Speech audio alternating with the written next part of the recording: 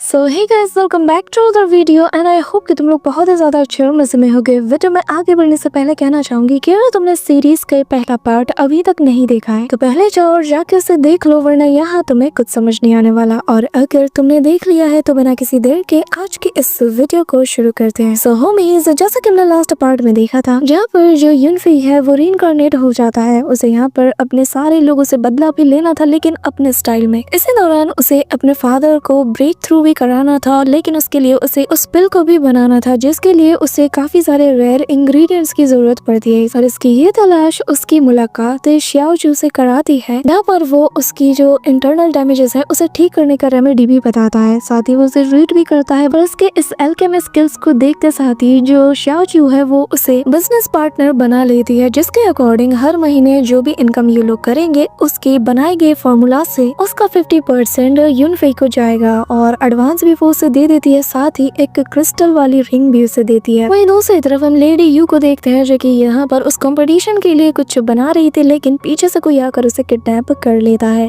और आगे से हमारे इस एपिसोड के स्टार्टिंग में ही हम सबसे पहले 3 दिनों बाद का सीन देखते हैं, जहाँ पर चारों तरफ जोर शोर से तैयारियां चल रही थी। वहीं दूसरी तरफ हम देखते हैं कि यहाँ पर सारे के सारे ये क्लैन के जितने एल्डर्स थे वो लोग भी अपने अपने जो डिसाइपल्स थे उनके साथ मौजूद थे। यहाँ पर हम देखते हैं कि कुछ एल्डर्स अपने युनफी के बारे में भी बात कर रहे थे। अब यहाँ पे ये सारी बातें चल रही थी कि तभी एक एल्डर कहता है कि 3 साल पहले ही हमारे जो क्लैन एल्डर है यानी कि हेड है, उनके बेटे के मेरिडियंस डैमेज हो गए थे। न जाने अब वो आगे कैसे परफॉर्म करेगा। कि तभी ध्यान पाएंगे यानी कि जो युनफी का फादर होता है और जो ये फैमिली का हेड भी है वो आगे आता है और सभी को बताने लगता है कि यहाँ मौजूद सभी को मैं बताना चाहता हूँ कि जैसे कि ये कंपटीशन ये फैमिली में हर साल किया जाता है, और जहाँ पे जो भावी कंटेस्टेंट्स होते हैं यानी कि जो कि हमारे फ्यूचर जनरेशन को लीड करने का पोटेंशियल रखते हैं, वो सभी आपस में कम्पीट करते हैं। जो जीतेगा उसे तो हमारे इससे ये फैमिली का को डिसाइपल होने का जो स्टेटस है वो भी मिलेगा, लेकिन बदले में उसे हमारे क्लाइन की जो बहुत ही सीक्रेट और पावरफुल टेक्निक है वो भी दिए जाएंगे। हालांकि हमें हमेशा याद रखना चाहिए कि ये बस एक फ्रेंडली मैच होने वाला है, कोई भी किसी पर डेडली अटैक नहीं कर सकता। यहाँ पे उसकी सारी बात वहाँ मौजूद सभी लोग बहुत गौर से सुन रहे थे। कि तभी यहाँ पे जो एल्डर तियान पेंग है वो इस कंपटीशन का आगाज करते हैं, और जैसे ही आगाज होता है सबसे पहले वो मोटा सा लड़का जिसका नाम मैं लेना नहीं चाहती वो मैदान पे उतरता है, जो कि काफी ज्यादा गुरूर में रहता है और यहाँ पे आते साथ ही सभी को फ्लेक्स करना वो शुरू कर देता है, जो देखकर आसपास के लोग कहते हैं ये लड़का बीते 2 साल में बहुत ज्यादा एरोगेंट हो चुका है, इसे तो सबक सिखाना चाहिए, इसे ये भी नहीं पता कि एल्डर से बात कैसे की जा सकती है। कि तभी यहाँ पर एक बंदा आता है जिसका नाम ये फैन है, और जैसे ही वो उसे चैलेंज करता है तो हम देखते हैं कि ये जो मोटू कल्टीवेटर था ये एक किक में ही इसे बैटल अरीना के बाहर उठा के फेंक देता है, जो देखकर सभी शॉक्ड थे, क्योंकि ये फैन जो था वो बॉडी रिफाइनिंग के 5th लेवल पे था, और जिसका मतलब ये है कि ये उससे हायर लेवल पे है। और हमें बताया जाता है कि असल में ये जो कियांग है ये बॉडी रिफाइनिंग के 6th लेवल पे पहुंच चुका है, और यहाँ पे जैसे जैसे लोग इसका सामना करने के लिए आते हैं ये सभी को मसल के रख देता है। दिखता भले मोटा हो लेकिन ताकत ठीक ठाक है, जो देखकर कियांग के जो फादर होते हैं वो उसकी तारीफों के पुल बांधना शुरू कर देते हैं और कहने लगता है कि हाँ हाँ मेरा बेटा तो है ही ऐसा। यहाँ पे ये जो जोंगियान है ये युनफी की काफी ज्यादा बुराइयां करता है और कहता है कि वैसे एक बात तो कहनी पड़ेगी, भले ही मेरी बेटी के पास कोई स्पेशल टैलेंट ना हो लेकिन वो युनफी जैसा यूजलेस तो है नहीं, उसके तो मेरिडियंस तक डिस्ट्रॉय हो चुके हैं। ये कहते साथ ही वो असल में जो फैमिली हेड है उस पे तंज कसता है, जो सुनते साथ ही तियान पेंग कहने लगता है कि जुबान संभाल के, मेरे बेटे के मेरिडियंस ठीक हो चुके हैं और शायद तुम उस दिन की फाइट भूल चुके हो कि कैसे तुम्हारे बेटे को मेरे बेटे ने धूल चटाया था, बस तुम उसे कुछ दिन का वक्त और दो, फिर देखो वो कैसे प्रोग्रेस करता है। अब ये बात सुनकर उस एल्डर को मिर्ची लग जाती है और वो कहने लगता है कि मैं नहीं जानता कि आखिर तुम क्या बोल रहे हो, लेकिन मैं इतना जानता हूँ कि हमारे क्लैन के पास ज्यादा कुछ है नहीं, ना ही हमारे पास रिसोर्सेस उतने हैं कि हम एक यूजलेस और ट्रैश फैमिली मेंबर के ऊपर उन्हें बर्बाद करें। यहाँ पे हम देखते हैं कि इससे पहले युनफी का फादर अपने बेटे के सपोर्ट में कुछ कहता, बाकी के जो एल्डर्स होते हैं वो भी यहाँ पर उस दूसरे एल्डर के सपोर्ट में ये कियांग के गुनगान गाना शुरू कर देते हैं, और यहाँ पे जो ये फैमिली का हेड है यानी कि युनफी के फादर से कहने लगते हैं कि तुम्हें भी एक्सेप्ट कर लेना चाहिए कि तुम्हारे बेटे के जो मेरिडियन से ही डिस्ट्रॉय हो चुके हैं, वो शायद अब आगे प्रोग्रेस नहीं कर सकता और अब हमें आगे किसी को मौका देना चाहिए। तुम इस बात की उम्मीद छोड़ दो कि तुम्हारा बेटा फ्यूचर में ये फैमिली को लीड करेगा। कि तभी यहाँ पर हम देखते हैं कि जो सेकंड एल्डर होता है उसे यहाँ पे ये बात पसंद नहीं आती और वो यहाँ पे फैमिली हेड के सपोर्ट में कहने लगता है कि तुम लोग जो कुछ भी कह रहे हो ये सरासर गलत है। लेकिन हम देखते हैं कि कोई भी इसकी बात नहीं सुनता, पर तभी एक एल्डर मैदान में आके आते हुए सभी को अनाउंस करते हुए कहता है कि मैं आज आप सभी को बताना चाहता हूँ कि जो भी इस कंपटीशन का विनर होगा होगा तो वो फ्यूचर में चलकर हमारी ये फैमिली को भी लीड कर सकता है। ये देखकर वो जो दूसरे एल्डर थे वो बीच में आते हैं और कहने लगते हैं कि ये तो उसके साथ सरासर नाइंसाफी है, युनफेई ही हमारे क्लैन का नेक्स्ट लीडर बनेगा। जिस पे हम देखते हैं कि ये जो ग्रैंड एल्डर था दाढ़ी खुजाते हुए कहने लगता है कि तुम शायद भूल रहे हो, फैमिली हेड की पोजीशन ऐसे ही मुफ्त में नहीं मिलती, उसके लिए तुम्हें खुद को साबित करना पड़ता है। अगर युनफेई में वो काबिलियत है और वो अगर हर चीज को लीड करना चाहता है तो उसे साबित करना होगा, हर चीज से साबित करना होगा, हर एंगल से साबित करना होगा कि हाँ वही हमारी फैमिली को लीड करने लायक है। अब यहाँ पे वो ये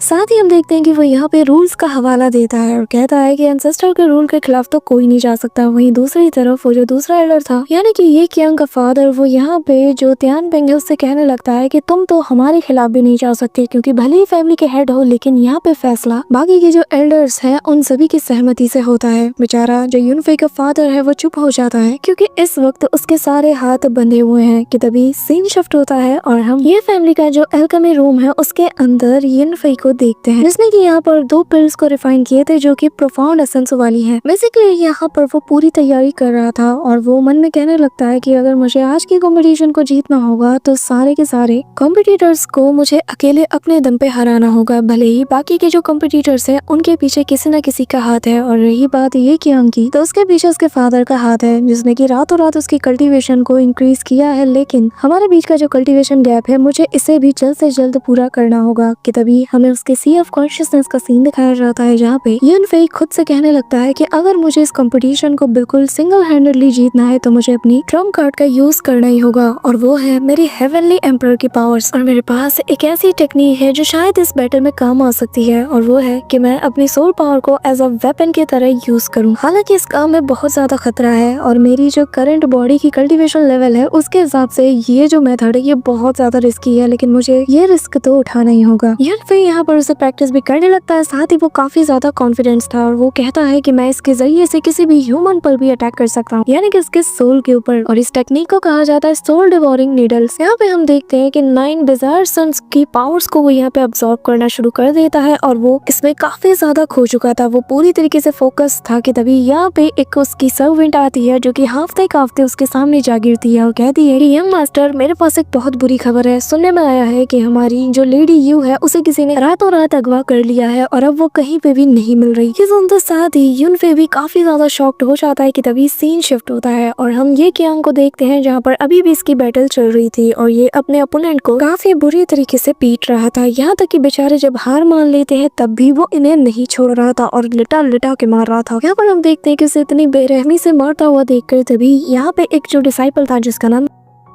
त्यान फेंग है वो आगे आता है और कहता है कि तुम्हें ऐसा नहीं करना चाहिए, ये तुमसे कमजोर है तो तुम्हें कमजोरों के साथ ऐसे बिहेव करने का हक किसने दिया। यहाँ पे हम देखते हैं कि सभी लोग उस डिसाइपल के पास जाकर उसे घेर लेते हैं कि तभी ये कियांग कहता है कि आखिर तुम्हारे कहने का मतलब क्या है, ये कमजोर है और कमजोरों पर किस बात का रहम किया जाए, इनकी वजह से ही तो हम इतने ज्यादा लाचार हैं। और वैसे भी मैं एक वेपन की तरह हूँ और एक वेपन कभी भी किसी पर रहम नहीं खाता। और वैसे भी मैं यहाँ पर तुम लोगों की बकवास या तुम्हारी ज्ञान सुनने नहीं आया हूँ। अगर तुम में से किसी में दम है तो यहाँ पे ये फैमिली का जो क्लैन लीडर की पोजीशन है उसके लिए मुझसे फाइट करो, वरना चुपचाप घर जाओ और घर जाकर ना फीडर पियो और मैं यहाँ पे ये फैमिली को बहुत अच्छे से मैनेज कर लूंगा। अब यहाँ पे उसकी बात सुनकर जो दूसरा डिसाइपल था वो कहता है कि तुम्हें इतना ज्यादा उछलना नहीं चाहिए क्योंकि अभी भी युनफेई यहाँ पे नहीं आया है। जिस पर ये कियांग कहता है कि ओह युनफेई, वैसे ना तुम्हारी जानकारी के लिए बता दूं कि उसमें इतना दम नहीं, वो एक नंबर का ट्रैश है क्योंकि इसके जो मेरिडियंस है ये ऑलरेडी डिस्ट्रॉय हो चुके हैं। मैं उसके साथ अपना टाइम भला वेस्ट क्यों करूं, उसे यहाँ पे आना होता तो कब का आ जाता। क्या तुम देख नहीं सकते यहाँ पर वो मौजूद नहीं, जिसका मतलब ये है कि वो डर के भाग चुका है। कि तभी सीन शिफ्ट होता है और हम लेडी ये को देखते हैं जहाँ पर बेचारी को बहुत बुरी तरीके से लोग मार रहे थे और ये जो बंदा था, ये जो कियांग का फादर है, उसके साथ मिला हुआ था। उसके कहने पर ही उसने इसे अगवा करवाया और अब इसके जरिए से बेसिकली वो युनफेई को टारगेट करना चाहता था। यहाँ पे ये बंदा उसे मारते हुए कहता है कि तुम्हें बस जाकर पब्लिकली सबके सामने ये कहना है कि तुमने अपनी आंखों से देखा है कि युनफेई ने ये कियांग की जो एलिक्सर्स है उन्हें चुराए हैं, बस तुम्हें इतना करना है, फिर मैं तुम्हें यहाँ से आजाद कर दूंगा, नहीं तो मैं तुम्हें मार मार के जान से मार दूंगा। जिस पे लेडी यू बताती है कि एक बात कान खोल के सुन लो, मैं मरते मर जाऊंगी लेकिन अपने सीनियर ब्रदर के ऊपर इतना घटिया इल्जाम कभी नहीं लगा सकती। जिस पर ये बंदा हंसते हुए कहने लगता है कि वैसे तुम्हारी जानकारी के लिए बता दूं कि एक बार जब कियांग ये कंपटीशन जीत जाएगा तो उसका फादर वैसे भी हमारा हेड बनने वाला है, वो ये फैमिली का हेड बन जाएगा और जिसके बाद तो हम जो मर्जी चाहे युनफेई और उसके फादर के साथ वो कर सकते हैं। तुम देखना, जिसे सीनियर ब्रदर कह के इतना ज्यादा इज्जत दे रही हूँ ना, हम उसका क्या हाल करते हैं। ये कहते साथ ही वो लोग वापस से उस पे हमला करते हुए उसे बहुत ज्यादा टॉर्चर करते हैं कि तभी वो दर्द के मारे चिल्ला उठती है। इसी दौरान सीन शिफ्ट होता है और हम यूनफी को देखते हैं जहाँ पर उसने अपनी आंखें नहीं खोली थी, लेकिन इस न्यूज को सुनकर साथ ही बेचारे का जो कल्टीवेशन है ये बहुत बुरी तरीके से डिस्टर्ब हो जाता है, ये फोकस नहीं कर पाता। और अब हम इस सर्वेंट को देखते हैं जो कि बेसिकली इसी मकसद से यहाँ पे आई थी कि वो बस कैसे भी करके जो यूनफी है इसकी कल्टीवेशन को डिस्टर्ब कर पाए। वो यहाँ से हंसते हुए चली जाती है और तभी वो यहाँ पर ये कियांग के फादर के सामने जाके पेड़ होती है और उसे इशारा करती है और बताती है कि मास्टर आपका काम बहुत अच्छे से हो गया है। यहाँ पे जब ज़ोंगनियान इस इशारे को देखता है तो वो फूले नहीं समाता, वो बहुत ज्यादा खुश हो जाता है और इमीडिएटली यहाँ पर यूनफी के फादर को टीज करते हुए कहता है कि वैसे एक बात बताओ, तुम्हारे बेटे ने यहाँ पे ना आकर बहुत अच्छा किया, क्योंकि वो आकर वैसे भी हार जाता, पर मुझे अफसोस है कि यार कम से कम सामना तो करता। वैसे अगर वो नहीं आता तो तियान पेंग तुम तो अपनी कुर्सी से हाथ धो बैठोगे। अब यहाँ पर इतना ज्यादा बुरा सिचुएशन देखकर साथ ही तियान पेंग अपनी गद्दी से खड़ा होता है और वहाँ मौजूद ये फैमिली के जितने भी डिसाइपल्स थे उन सभी से कहता है कि क्या यहाँ पे कोई नहीं जो आज यहाँ मेरे बेटे का स्टैंड ले? क्या सच में यहाँ पे कोई नहीं? क्या तुम सब लोग इतने कमजोर हो? अब यहाँ पे हम देखते हैं कि ये सुनते साथी जो डिसाइपल्स होते हैं वो एक दूसरे का मुंह तकने लगते हैं। अब इन्हें देखकर सेकंड एल्डर भी बहुत ज्यादा निराश होता है कि तभी वो मोटू तो यहाँ पे ठहाके लगाते हुए कहता है कि असल में बात ये है कि मैं बहुत ज्यादा ताकतवर हूँ और तुम सब भी यूनफी से कम नहीं, बल्कि तुम भी उसी की तरह ट्रैशी हो। कि तभी यहाँ पर बहुत कूल वे में ये शू मैदान में एंट्री मारती है और फिर कहने लगती है कि ये कियांग तुम्हें भूलना नहीं चाहिए, तुम ये कह रहे हो कि सभी ट्रैश है तो उसमें तुम मुझे भी शामिल कर रहे हो। और दूसरी बात, आखिर तुम खुद को समझते क्या हो? हम सभी लोग एक फैमिली के मेंबर्स हैं, तो भला ये तुम सभी को नीचे कैसे दिखा सकते हो? अब यहाँ में हम देखते हैं कि असल में जो ये शू है उसकी कल्टीवेशन लेवल बॉडी रिफाइनिंग के 5वें लेवल पे थी और अब वो उसके सामने डट के खड़ी हो जाती है, जिसे देखते साथ ही यहाँ पे जो ये कियांग है वो और ज्यादा एरोगेंट बन जाता है और कहता है कि तुम्हें मुझे भाषण देने का किसने हक दिया? आखिर तुम भी धोनी की तरह ट्रैश ही हो। जो सुनकर वो कहती है कि ओह ऐसी बात है, तो वो लगता है कि अगर मैं ट्रैश हूँ तो चलो इस बात का पता लगाते हैं। ये कहते साथ ही इनके बीच फाइट शुरू हो जाती है, जहाँ पर हम देखते हैं कि पहले सिंगल अटैक से ही यहाँ पे जो ये कियांग है वो भारी पड़ने लगता है और उसके स्वाड टेक्निक को देखते साथ ही वो कहती है कि ये तो कोई नई स्वाड इंटेंट है, आखिर तुमने ये कब सीखा? जिस पर वो उस पे मल्टीपल अटैक करते हुए कहता है कि मैंने ये सीखा है क्योंकि मैं यूनफी को हर हाल में हराना चाहता हूँ। वैसे तो वो एक नंबर का ट्रैश है, लेकिन फिर भी मैं कोई रिस्क नहीं लेना चाहता। अब यहाँ पे हम देखते हैं कि वो भी अपने स्वाड इंटेंट की पावर को एक्टिवेट करती है और यहाँ पे अपनी फ्रीजिंग टेक्निक का यूज करते हुए ये कियांग के रास्ते को ब्लॉक करना शुरू कर देती है। लेकिन यहाँ पर ये जो मोटा बंदा था ना, ये बिल्कुल भी हार नहीं मानता। ये उन सभी ऑब्स्टिकल्स को क्लियर करते हुए अपनी तलवार सीधे इसके कंधे में धंसा देता है और ये अटैक इतना फास्ट था कि देखना भी मुश्किल हो जाता है। लेकिन अगले ही पल उसके कंधे से जब खून निकलता है तो सब समझ जाते हैं कि वो बहुत बुरी तरीके से इंजर्ड हो चुकी है। वहीं दूसरी तरफ हम देखते हैं कि ये कियांग भी दूर छटक जाता है, लेकिन तभी वो नोटिस करता है कि उसके फेस पे भी एक स्क्रैच पड़ चुका था। ये मोटा जो खुद को बहुत ज्यादा हसीन समझता है वो उससे कहता है कि तेरी इतनी हिम्मत कि तूने मुझ पे हमला किया, हाँ अब तो मैं तुझे जिंदा नहीं छोड़ूंगा। ये कहते साथ ही वो अपनी तलवार को सीधा उसकी तरफ चला देता है ताकि वो उसे जान से मार सके और बेसिकली ऐसा करना रूल के खिलाफ है। और वो जैसे उसे मारने वाला था कि तभी यहाँ पर एक आंधी का झोंका आता है। सभी लोग हैरान हो जाते हैं, लेकिन अगले पल हम देखते हैं कि जो यूनफी है उसकी बाहों में लेडी शू थी और वो भी हैरान हो जाती है। यहाँ पर सभी लोग दंग रह जाते हैं कि आखिर इतनी जल्दी शुई कहाँ से आ गया। यहाँ पे हम देखते हैं कि सभी लोग हैरान थे, साथ ही यहाँ पर जो ये कियांग का फादर है वो भी हैरानी के साथ कहता है कि आखिर ये कहाँ से टपक पड़ा है। पर तभी यूनफी शुई से कहता है कि तुमने अब तक मेरे लिए जो भी किया उसके लिए तुम्हारा बहुत शुक्रिया, तुमने यहाँ तक संभाला और मैं इस चीज को हमेशा याद रखूंगा। लेकिन यहाँ से कहानी अब मेरे अकॉर्डिंग चलेगी। यहाँ पे ये कियांग का फादर तो कुर्सी छोड़ देता है और हैरानी के साथ बस उसे देखे जा रहा था कि तभी ये कियांग अपनी तलवार को लेकर सीधा यूनफी की तरफ बढ़ता है और कहने लगता है कि ट्रैश, तुझे तो आज मैं खत्म करके रहूंगा और साबित कर दूंगा कि तू एक नंबर का लूजर है। लेकिन इससे पहले कि उसका अटैक यूनफी को लगता है, यूनफी थोड़ा साइड हो जाता है और घुमा के एक जोरदार चांटा सीधा इसके फेस पे चढ़ता है। यहाँ पे हम देखते हैं कि बेचारा ये कियांग एक थप्पड़ से उभरता नहीं कि यूनफी का दूसरा थप्पड़ भी उसके चेहरे पे लैंड करता है और जी भर के उसे चमाट मारने के बाद फाइनली यूनफी रुकता है और यहाँ ये कियांग जमीन पे जा गिरता है। इसी के साथ हम देखते हैं कि यूनफी की आंखें रेड हो जाती है और वो उसे बहुत सीरियस टोन में कहता है कि तब से मुझे तुम लूजर, फेलियर, ट्रैश ये सब कुछ बोलते आ रहे हो, मैंने बहुत बर्दाश्त किया। अब बताओ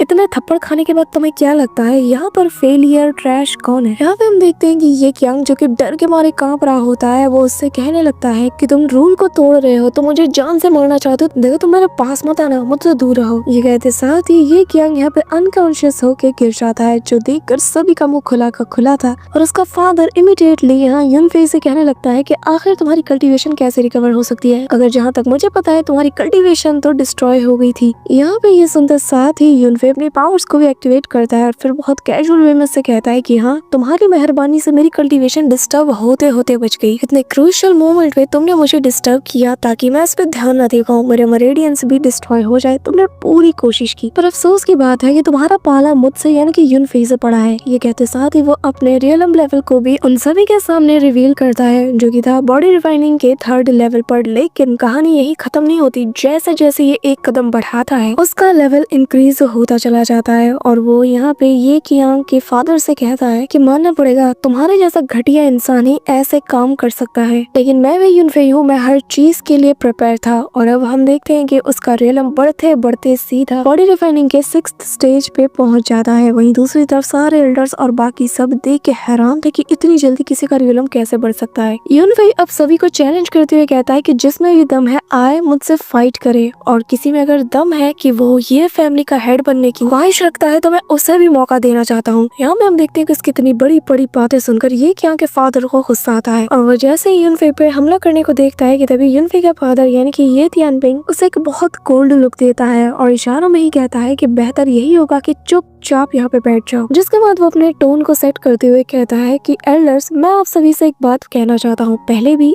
ये फैमिली का जो फ्यूचर लीडर था वो मेरा बेटा होने वाला था, लेकिन आप सभी लोगों ने इंसिस्ट किया और आप सभी लोग जिद पे अड़ गए कि ये जो हमारा कंपटीशन है, इस कंपटीशन का जो विनर होगा वही आगे चलकर ये फैमिली को लीड करेगा। मैं तब चुप था, मैंने आप सभी की बातें बर्दाश्त की और कहीं ना कहीं किसी हद तक मैंने भी एक्सेप्ट किया, और आज तो आप लोगों ने देख लिया कि इस कंपटीशन का विनर कौन है। और उम्मीद करता हूँ कि आगे से आप लोग मेरे बेटे के लिए या ये फैमिली के लिए या किसी उसके मेंबर के लिए कोई सीन क्रिएट नहीं करोगे। अब यहाँ पे उसके साफ वार्निंग सुनते साथ ही सारे जो एल्डर्स थे वो भी चुप हो जाते हैं और ये कियांग का फादर भी अब ज्यादा कुछ बोल नहीं पाता, लेकिन उसके चेहरे से पता चल रहा था कि कुछ तो अभी भी बहुत बड़ा बाकी है। वही दूसरी तरफ यूनफे बैटल अरीना के पास मौजूद सभी पे नजरें दौड़ाता है और बैटल अरीना में किसी को भी ना पाकर वो अब अपने टाइटल को क्लेम करने ही वाला था, लेकिन इससे पहले कि वो कुछ अनाउंस कर था कि तभी यहाँ पर उस पे एक सडन अटैक हो जाता है। हम देखते हैं कि ये एक स्पिरिचुअल बीस्ट से किया गया अटैक था, जिसे देखकर यूनफे भी शॉक्ड था, पर वो इमीडिएटली बैरियर बना के रोक लेता है और जैसे ही अटैक खत्म होता है यूनफे की जो सांसें थी ये हैवी होने लगती है और हम देखते हैं कि यहाँ पे सामने ये कियांग का बड़ा भाई ये लियान मौजूद था और वो कहने लगता है कि तुम्हारे जैसा कि ट्रैश एक लूजर कभी भी फैमिली का हेड नहीं बन सकता, लेकिन अगर तुझे ये बात समझ नहीं आ रही ना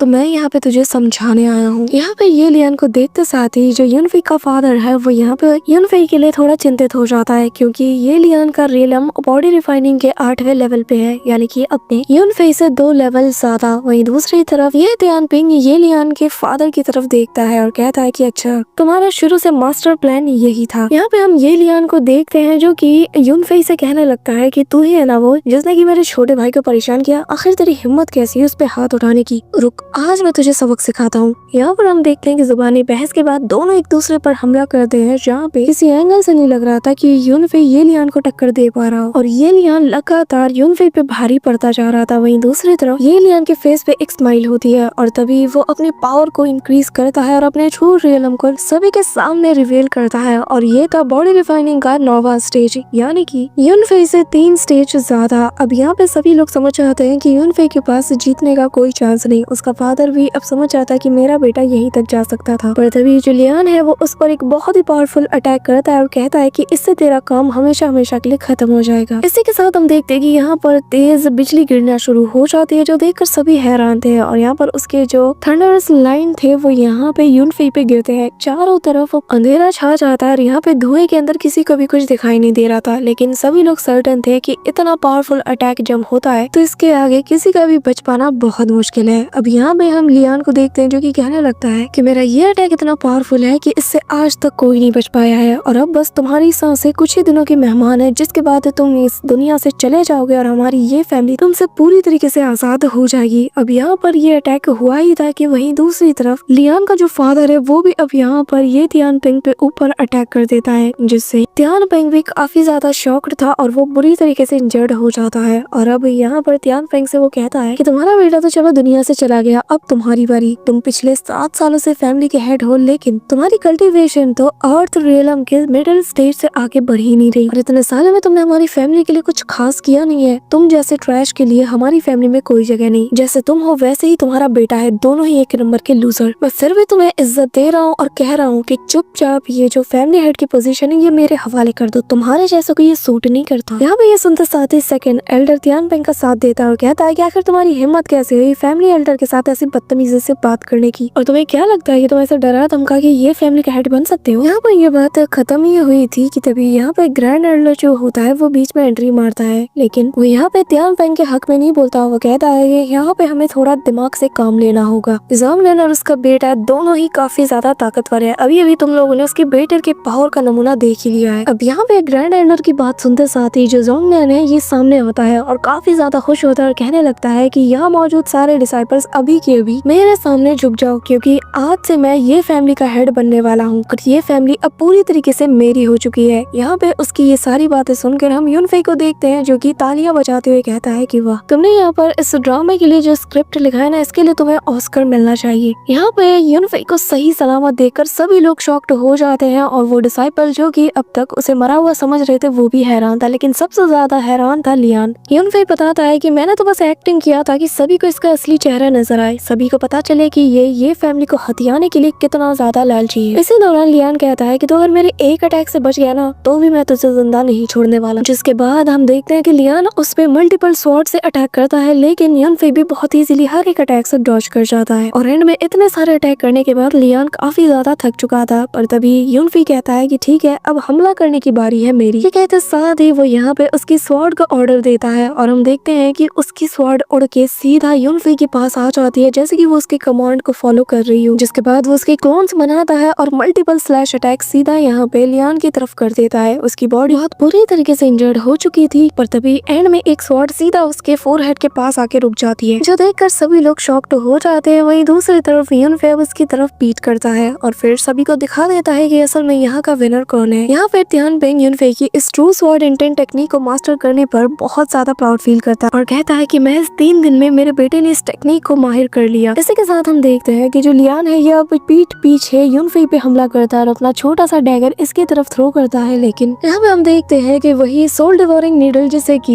यूनफेई ने क्लोज डोर कल्टीवेशन के दौरान क्रिएट किया था वो उसके काम आती है और फिर वो उसकी तरफ पलटते हुए कहता है कि तुमने अब अपनी हद पार कर दी, अगर तुम ये फैमिली के ही एक मेंबर को मार सकते हो तो फिर मैं क्यों नहीं। ये कहते साथ ही वो उसी वेपन के जरिए से उसके फोरहेड के आर पार उस नीडल को करा देता है। ये देखकर सभी शॉक थे कि तभी यूनफेई सीधा अब जाकर लियान के फादर के सामने अपीयर होता है और कहने लगता है कि मैं जानता हूँ कि वो तू ही है जिसने की सिस्टर यू को किडनैप किया है और अब इसका जवाब तो तुझे देना ही पड़ेगा। यहाँ पे यूनफेई को अपने सामने देखते साथ ही ज़ोंगलिन काफी ज्यादा पैनिक कर जाता है। So that's all for today guys, I hope कि तुम सबको आज की वीडियो काफी ज्यादा पसंद आई होगी। अगर हाँ तो वीडियो को लाइक करना, चैनल पे नए हो तो सब्सक्राइब करना। तो मिलते हैं नेक्स्ट वीडियो में, तब तक के लिए बाय।